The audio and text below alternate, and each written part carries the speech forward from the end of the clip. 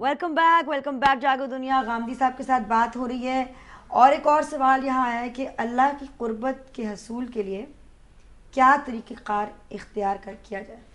یہ اللہ تعالیٰ کی جب آدمی کو سچی معرفت حاصل ہو جاتی ہے، اللہ کی پہچان حاصل ہو جاتی ہے، اللہ تعالیٰ کی صفات کو وہ سمجھ لیتا ہے، اس کے ایٹریبیوٹس کیا ہیں، وہ دنیا کے ساتھ معاملہ کیسے کرتا ہے، تو اس سے انسان فکری طور پر اللہ کے قریب ہوتا ہے. اور جب وہ فکری طور پر اللہ کے قریب ہوتا ہے تو پھر یہ تلاش کرنا چاہے گا کہ اللہ تعالیٰ کی رضا کو حاصل کرنے کے لیے میں کیا کروں. تو اس کو معلوم ہو جائے گا کہ اللہ کی کتاب قرآن مجید موجود ہے. پھر قرآن مجید میں اس کو مراقبہ کرنا چاہیے. قرآن کو ایک ایسی کتاب کے طور پر پڑھنا چاہیے کہ جو اس کی زندگی اور اس کی روح بن جائے. تو یہی چیز اللہ سے قرب حاصل کرنے کا ذریعہ ہے. اور اس کا آخری مقام وہ ہے کہ جب بندے کے اندر شدید جذبہ پیدا ہو جاتا ہے کہ اچھا میرا ایک خالق ہے، اس نے مجھے بنایا ہے، یہ ساری نعمتیں مجھے دی ہیں، اور پھر وہ اپنے پورے وجود کے ساتھ خدا کے سامنے جھکتا ہے. اس کا منتہائی کمال آپ کا سجدہ ہے. چنانچہ قرآن میں یہ بیان ہوا ہے کہ وسجد وقترب، اپنی پیشانی سجدے میں رکھ دو، تمہیں خدا کا قرب حاصل ہو جائے گا. تو یہ پیشانی اگر آپ نے رسمن رکھی ہے تو پھر تو کچھ بھی حاصل نہیں ہوتا. لیکن اگر یہ ساری بات پیچھے ہے جو میں نے بیان کی ہے، تو پھر یہ پیشانی جو سجدے میں رکھتا ہے آدمی، یہ اصل میں بالکل آخری درجے میں اپنے قریب خدا کے قریب چلا جاتا ہے. اچھا، ایک کالر بھی موجود ہے، ان کی کال بھی لیتے ہیں. السلام علیکم جی. وعلیکم السلام میڈم، کیا حال ہے آپ کے؟ شکر الحمدللہ. کون بول رہے ہیں؟ راہیل بول رہا ہوں میڈم، کراچی سے. جی راہیل صاحب، کیا پوچھنا چاہیں گے غامدی صاحب سے آپ؟ میں میڈم غامدی صاحب سے یہ پوچھ رہے، پچھلے جمعے کو جمعے کی نماز میں امام صاحب خطبے میں یہ کہہ رہے تھے کہ جو ہم بچوں کو چپس کھلاتے ہیں یہ چائنا سے ایک آئل امپورٹ ہوتا ہے جس میں بچو اور سانپ کو تلتے ہیں، اور وہ جو ویسٹ ہوتا ہے وہ پاکستان میں آتا ہے اور اس میں یہ چپس تلتے ہیں. اور دوسرے جو باہر سے جتنے بھی یہ لیکوڈ فارم میں جو جوسز یہ ہوتے ہیں اس کے کنٹینٹس میں الکوہل ہوتا ہے. تو اگر ان چیزوں سے آپ روزہ افطار کریں گے تو روزہ مطلب کہ اس کا بہت زیادہ عذاب، گناہ جو بھی ہے. مطلب اگر غامدی سب سے پوچھتا ہے یہ ہے کہ کیا یہ بات صحیح ہے، یہ چپس اور یہ جو چیزیں ہیں یہ نہیں کھانی چاہیے؟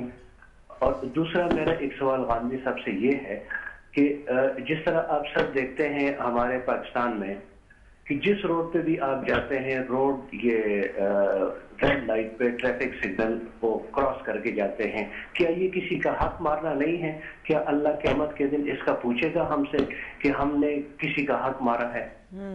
تھینک یو راہیل صاحب. جی یہ دوسری بات زیادہ اہم ہے جی، میں اس پہ پہلے چند گزارشات پیش کروں گا. میرے خیال میں تو ہماری پوری قوم کو اس کی تربیت دینی چاہیے کہ وہ سڑک پر نکلے، وہ بازار میں جائے، وہ کسی سے ملے، وہ اپنے گھر کے باہر گاڑی صاف کر رہے ہوں، وہ کوئی اور کام کر رہے ہوں تو دوسروں کا خیال رکھیں. بے شک. یعنی دنیا میں اللہ تعالیٰ نے ہمیں بھیجا ہی اس لیے ہے کہ ہم دوسرے انسانوں کے ساتھ اچھا رویہ اختیار کریں. اگر دوسرے انسانوں کو ہم آزار پہنچاتے ہیں، تکلیف پہنچاتے ہیں، تو ہماری عبادات بھی ضائع ہو جاتی ہیں. نبی صلی اللہ علیہ وسلم کے بارے میں یہ معلوم ہے کہ پوچھا گیا کہ ایک بیوی ہے جو بہت نوافل پڑھتی ہے، صبح و شام عبادت کرتی ہے، لیکن اس کے ہمسائے اس سے تنگ ہے، تو فرمایا کہ جہنم میں جائے گی. اور ایک دوسری بیوی کے بارے میں پوچھا گیا، کہا گیا کہ یہ فرض نماز پڑھ لیتی ہے، کوئی زیادہ نوافل کا عبادات کا اہتمام نہیں کرتی، لیکن اس کے ہمسائے اس سے بہت خوش ہیں، فرمایا کہ جنت میں جائے گی. تو اس سے اندازہ کیا جا سکتا ہے کہ انسانوں کے حقوق کی کتنی اہمیت ہے.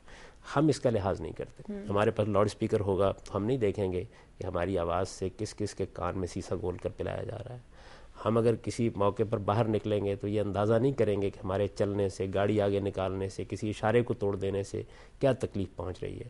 تو ہمیں تو یہ تعلیم دی گئی تھی کہ قرآن مجید جس دین کو لے کر آیا ہے وہ تمہیں ویسا ہی قانون کا پابند کرتا ہے جس طریقے سے اللہ اپنی شریعت کا پابند کرتا ہے.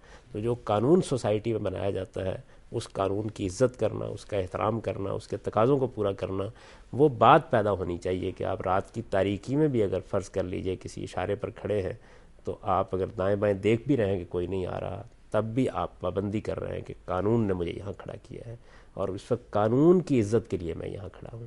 تو یہ چیز اپنے اندر سب سے بڑھ کر پیدا کرنی چاہیے. جن مولوی صاحب کا انہوں نے ذکر کیا ان کی خدمت میں بڑے ادب سے عرض کروں گا کہ لوگوں کے لیے زندگی اتنی مشکل نہ بنائیں. دیکھیے بات یہ ہے، جو چیزیں اللہ نے حرام کی ہیں وہ بالکل واضح ہیں اور صاف ہیں. ہمارے ہاں عام طور پر معلوم نہیں کیوں لوگ اس طرح کی ہندی کی چندی کرنے کی کوشش کرتے ہیں. بہتر یہ ہے کہ موٹی موٹی چیزوں کے بارے میں لوگوں کو بتایا جائے. اور ان سے کہا جائے کہ یہ چیزیں اللہ تعالیٰ نے کھانے کے لیے ممنوع قرار دی ہے، وہ ہر مسلمان کو معلوم ہے، ان کا لحاظ رکھنا چاہیے۔ اگر کسی چیز کے بارے میں کوئی شبہ پیدا ہو جائے تو اس میں کوئی آدمی احتیاط کرنا چاہتا ہے تو بہت اچھی بات ہے، لیکن لوگوں کو اس تنگی میں نہیں ڈالنا چاہیے کہ آپ ہر چیز کے بارے میں شبہات پیدا کرتے چلے جائیں۔